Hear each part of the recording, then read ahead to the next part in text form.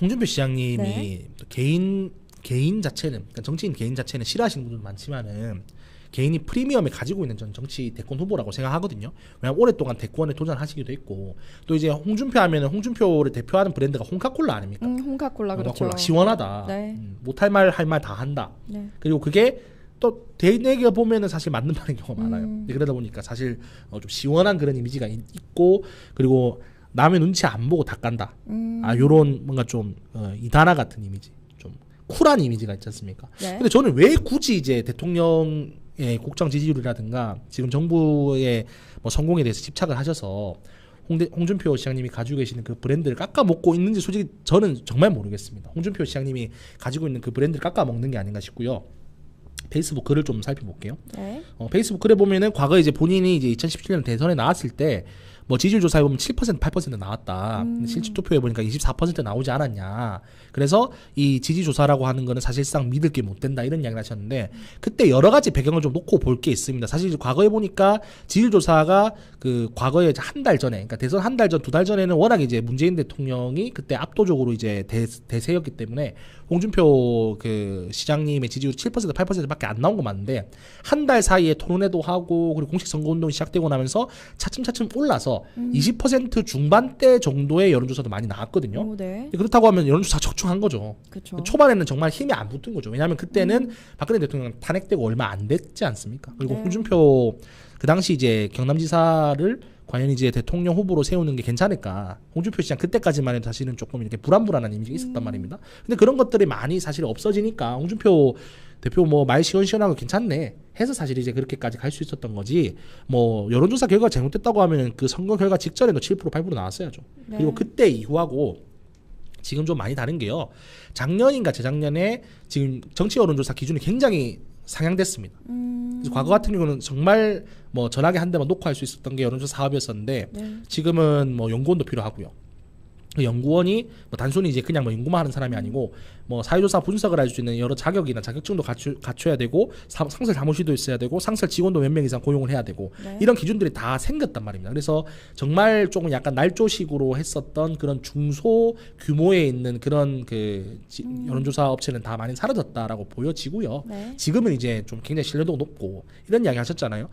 응답률 이제 10%도 안 되는 여론조사 치워야 된다. 근데 이게 많은 분들이 착각을 하는 게, 응답률 10%라는 게 600명을 조사해서 응답률 10%가 나왔다는 게 아니고 600명이 될 때까지 응답 전화를 돌렸다는 거예요. 네. 그렇게 해서 전체 유권자 대비해서 응답률이 몇 프로 나왔냐고 해서 10% 나왔다는 거거든요. 네. 그리고 응답률 몇 % 이상 이런 것들이 선거 그 저기 여론조사 그 심의위원회에서 다 관련해 가지고 이거를 다 전수조사를 해서 신뢰성이 있는지 없는지 다 데이터 분석을 다 합니다. 애초에 신뢰도가 없으면 그 공개도 못 하고요. 네. 신뢰 없는 여론조사 공개하면 선거법 위반입니다.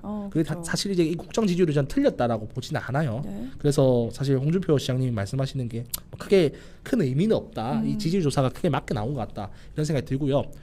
대통령 지지율 이제 21%에 대한 제 생각 좀 말씀드리면, 네.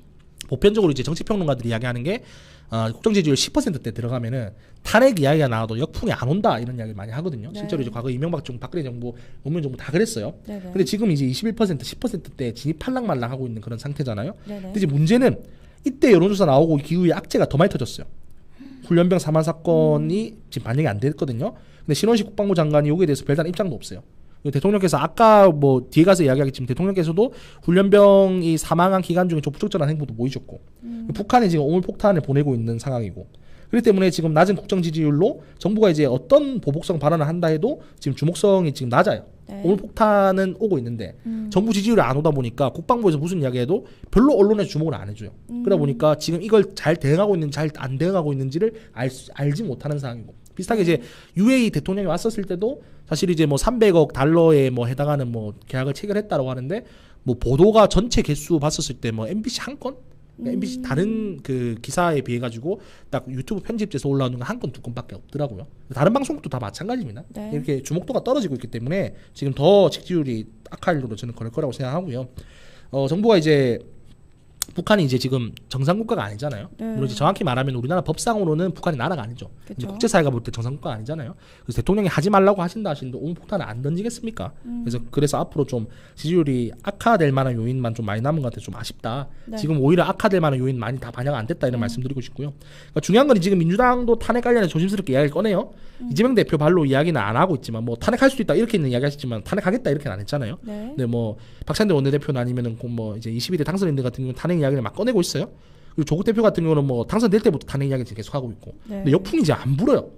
대통령의 안위에 대해서 지금 국민들께서 크게 관심이 없다는 거거든요. 탄핵되든 말든 지금 이런 상황이란 말이에요. 네네. 그리고 21% 지지율인데 연령대 지지율을 좀 자세히 살펴봐야 될 것 같아요. 젊은 층부터 기성세대까지는 전부 한 자리거나 10%, 11% 이런 지지율 지금밖에 안 나오고 있어요. 네. 사실상 지지하는 사람이 거의 주변에 눈치고 찾아봐도 안 나온다는 거거든요. 근데 이제 60대 이상, 특히 이제 디테일한 조사를 보면 60대 후반부터 70대 이상 가야 겨우 이제 30%대 회복하거든요. 근데 이 지지율이 저는 최상병 특검법 받고 김건희에서 수사만 잘했어도 이런 상황이 오지 않았을 거라고 생각하고요. 네. 이게 제가 볼 때 이 거부권이 무산되는 게 이게 제가 볼 때 레임덕이 아니고 이렇게 국민들께서 대통령에 더 이상 관심이 없는 게 레임덕이고 이게 권력 누수라고 저는 네. 생각해요. 그래서 이게 진심으로 좀 안타깝게 생각하고요. 근데 지지율은 더 떨어질 것 같아요. 그래서 이제 더 떨어지겠다. 잘하면 국민의힘에서 임기 단축 이야기가 받아들이지 않겠나 이런 전망도 좀 해봤습니다. 네, 알겠습니다. 그리고 이번에요, 국민의힘 워크숍이 지난 12사단 훈련병 상중에 있었잖아요. 이제 연계실랑 있었죠. 네, 그런데 이날 윤석열 대통령이 22대 국민의힘 의원들에게 황당한 이야기를 했어요.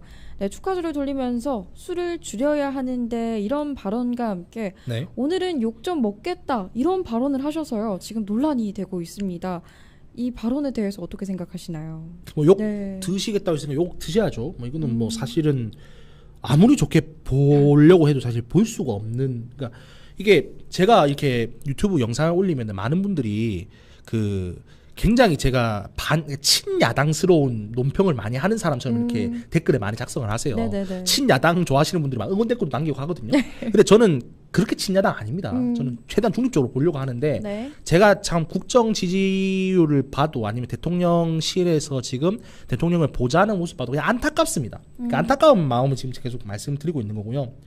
국민들의 분노가 이제 대통령이 이 연결식이나 다른 행사 가가지고 뭐 맥주 한잔 했다고 해서 그거 가지고 화를 내시는 거겠어요. 지금 제가 앞서 말씀드렸지만은 12사단 사건 관련해가지고 뭔가 시원하게 뭔가 이야기하시는 정부 요인들이 아무도 없어요. 네. 심지어 지금 여당에서조차 명백하게 수사해야 된다라고 이야기하고 야당에서 지금 발언 수위를 높이고 있는 상황인데 신원식 국방부 장관도 뭐 특별하게 별 말씀 안 하셨죠. 공개적으로. 네. 그리고 뭐 그렇다고 해서 뭐 대통령께서 뭔 말 하셨습니까? 아니, 대통령실 관계자가 무슨 말 했습니까? 지금 이렇게 훈련병 사망 사건에 대해서 명확한 답을 안 내놓고 있는데 당선인 워크숍에 가셔가지고 맥주를 드시니까 일 안 하고 뭐 하냐라는 거잖아요. 네네. 지금 그런 시선이 아닌가라는 그런 생각하고요.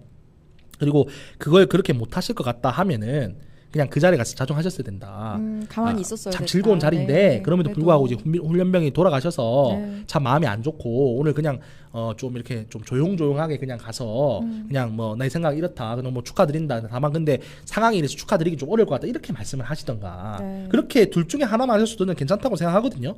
사실 이제 뭐 과거에 이제 광복절날 골프 치는 거 관련해서 국회의원들 욕 많이 네. 했는데 뭐 우리나라 국민들 중에 국회의원들이 뭐 상시 평소에 골프 친다고 뭐라 하시는 국민들 몇 명 되시겠습니까? 네. 근데 이제 다만 이제 우리 국가적인 경사스러운 날에 그렇죠. 사실 이제 골프까지 그 사치스러운 그 취미를 즐긴다는 자체가 안 좋게 보이니까 광복절날 골프 치면은 안 좋게 이제 헤드라인 나오는 거 아니겠습니까? 네네. 사실 전 같은 맥락이라고 생각하고요.